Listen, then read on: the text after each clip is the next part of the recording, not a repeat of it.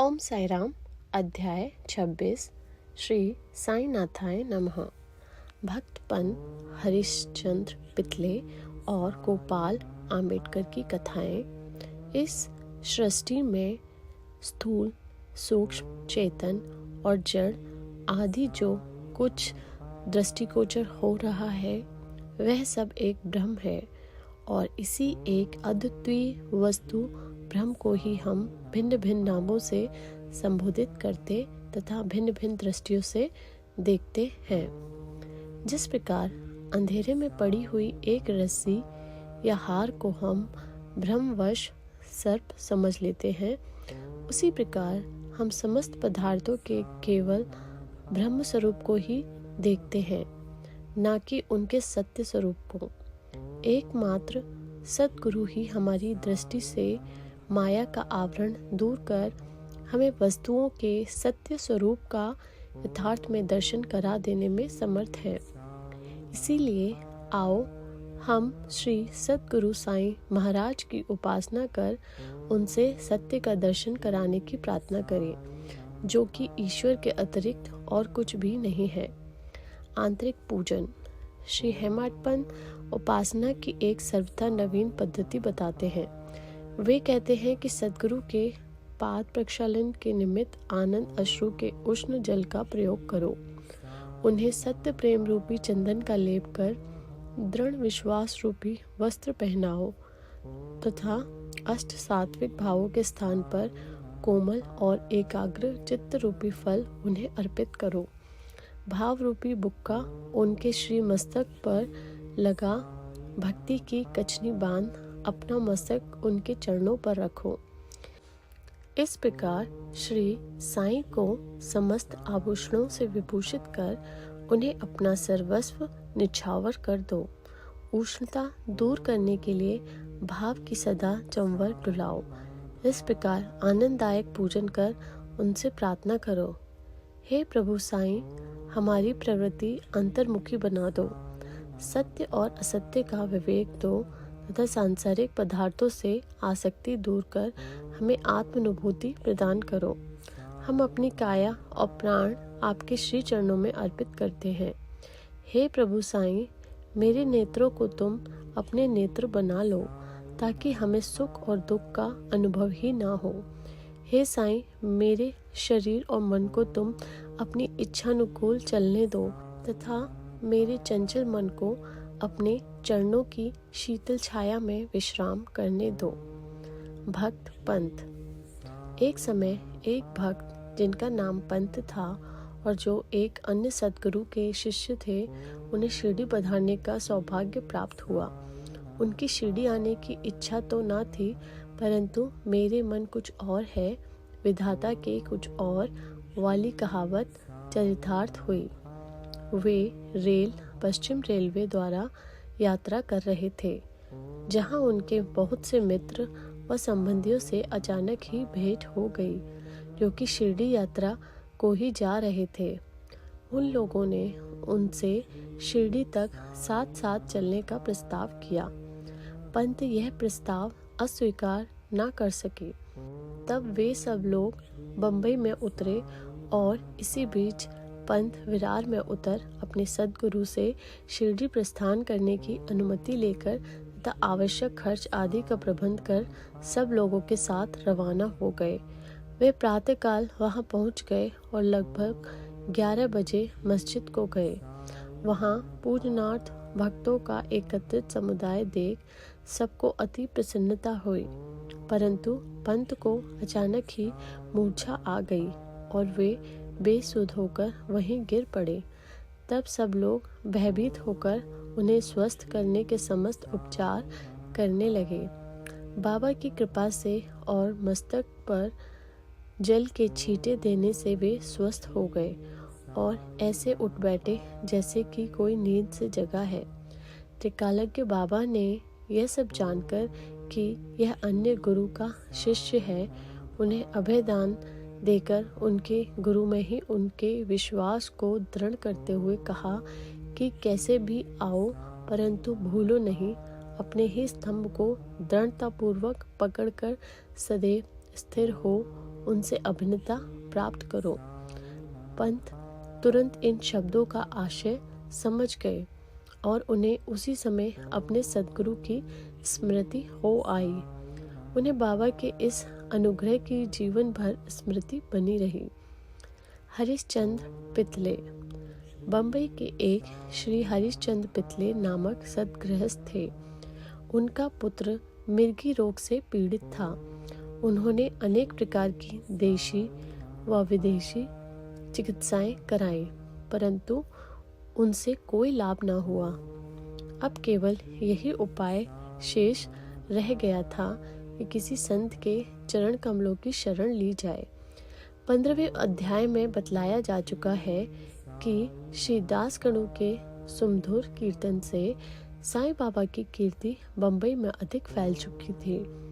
पितले ने भी सन 1910 में उनका कीर्तन सुना और उन्हें ज्ञात हुआ कि श्री साईं बाबा के केवल कर स्पर्श तथा दृष्टि मात्र से ही असाध्य रोग समूल नष्ट हो जाते हैं।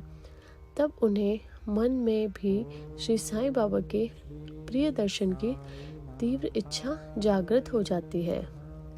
यात्रा का संबंध कर भेंट देने को फलों की टोकरी लेकर स्त्री और बच्चों सहित वे शिरडी पधारे।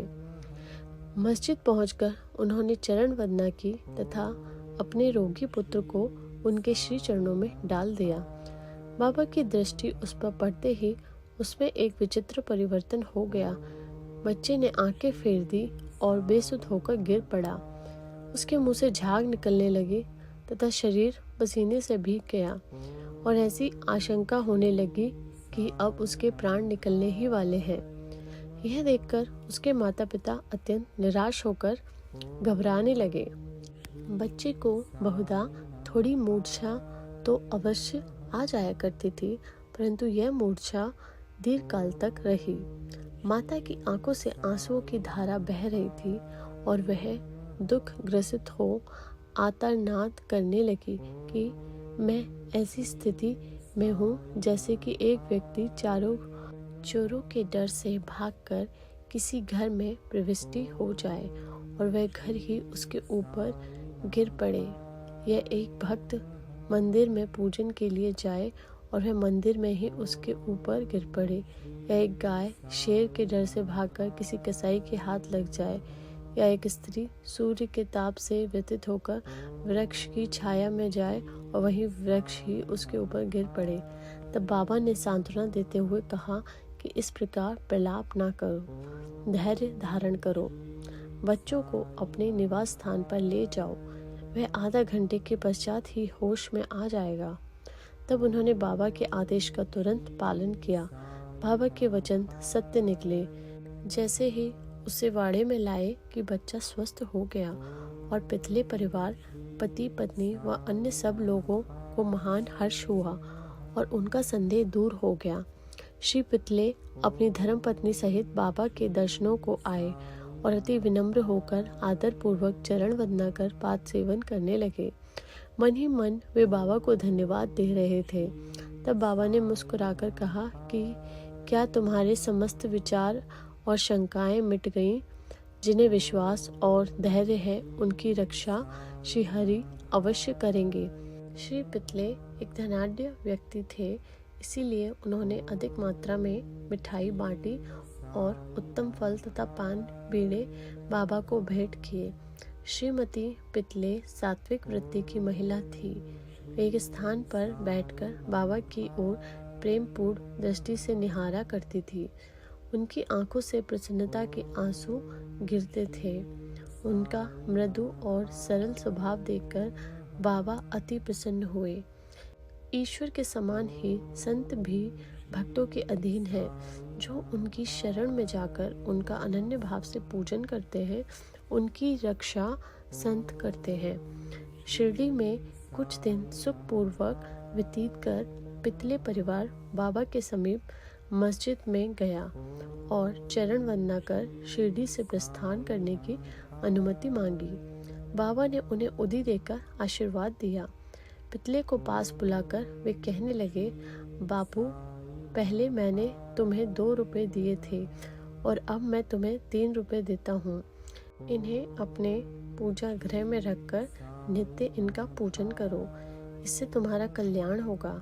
श्री पितले ने उन्हें प्रसाद स्वरूप ग्रहण कर बाबा को पुनः साष्टांग नमस्कार किया तथा आशीष के लिए प्रार्थना की। उन्हें एक विचार भी आया कि प्रथम अवसर होने के कारण मैं इसका अर्थ समझने में असमर्थ हूँ कि 2 रुपए मुझे पहले कब दिए थे। वे इस बात का स्पष्टीकरण चाहते थे, परंतु बाबा मौन ही रहे। बम्बई पहुंचने पर उन्होंने अपनी वृद्ध माता को शिरडी की विस्तृत वार्ता सुनाई और उन 2 रुपयों की समस्या भी उनसे कही। उनकी माता को भी पहले पहल तो कुछ समझ में ना आया, परंतु पूरी तरह विचार करने पर उन्हें एक पुरातन घटना की स्मृति हो आई, जिसने यह समस्या हल कर दी। उनकी वृद्ध माता कहने लगी कि जिस प्रकार तुम अपने पुत्र को लेकर श्री साईं बाबा के दर्शनार्थ गए थे, ठीक उसी प्रकार तुम्हें लेकर तुम्हारे पिता अनेक वर्षों पहले अक्कलकोट महाराज के दर्शनार्थ गए थे। महाराज पूर्ण सिद्ध, योगी, त्रिकालज्ञ और बड़े उदार थे। तुम्हारे पिता परम भक्त थे, इस कारण उनकी पूजा स्वीकार हुई। तब महाराज ने उन्हें पूजनार्थ 2 रुपए दिए थे, जिनकी उन्होंने जीवन पर्यंत पूजा की। उनके पश्चात उनकी पूजा यथाविधि न हो सकी और वे रुपए खो गए। कुछ दिनों के उपरांत उनकी पूर्ण विस्मृति भी हो गई। तुम्हारा सौभाग्य है जो श्री अक्कलकोट महाराज ने साईं रूप में तुम्हें अपने कर्तव्यों तथा पूजन की स्मृति कराकर आपत्तियों से मुक्त कर दिया। अब भविष्य में जागरूक रहकर समस्त शंकाएं और सोच विचार छोड़कर अपने पूर्वजों को स्मरण कर रिवाजों का अनुसरण कर उत्तम प्रकार का आचरण अपनाओ।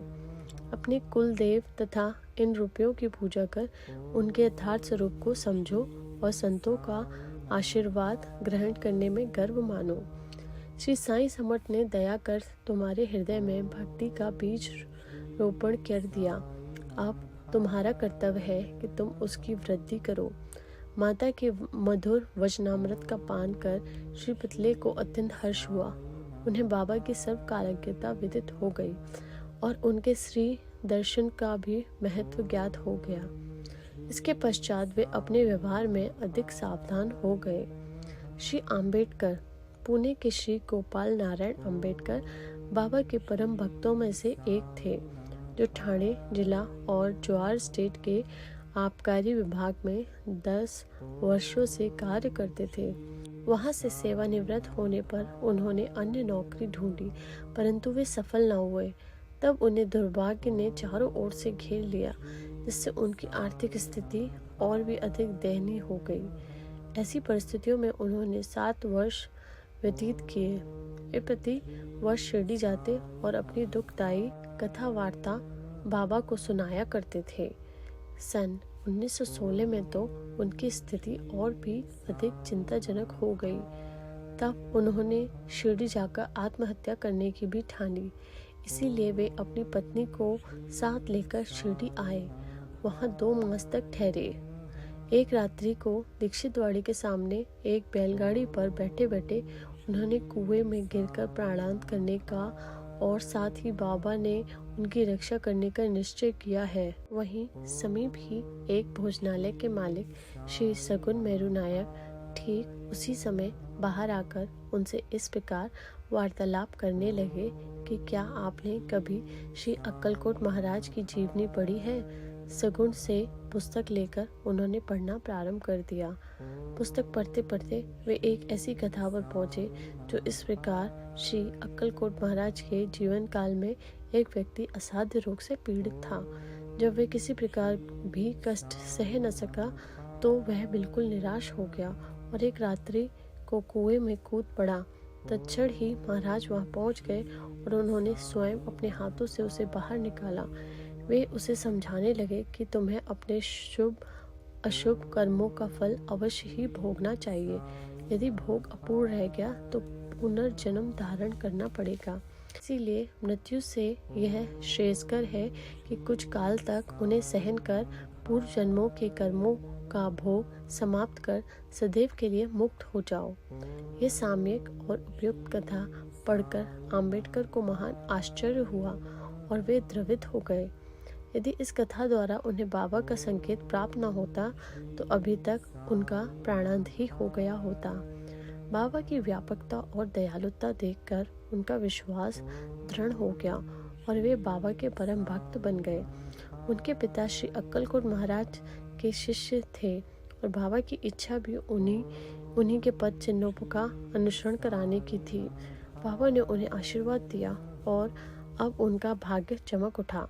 उन्होंने ज्योतिष शास्त्र के अध्ययन में निपुणता प्राप्त कर उसमें बहुत उन्नति कर ली और बहुत सा धन अर्जित करके अपना शेष जीवन सुख और शांति पूर्वक व्यतीत किया। श्री सद्गुरु साई नाथार्पण मस्तु। शुभम भवतु। ओम साई राम।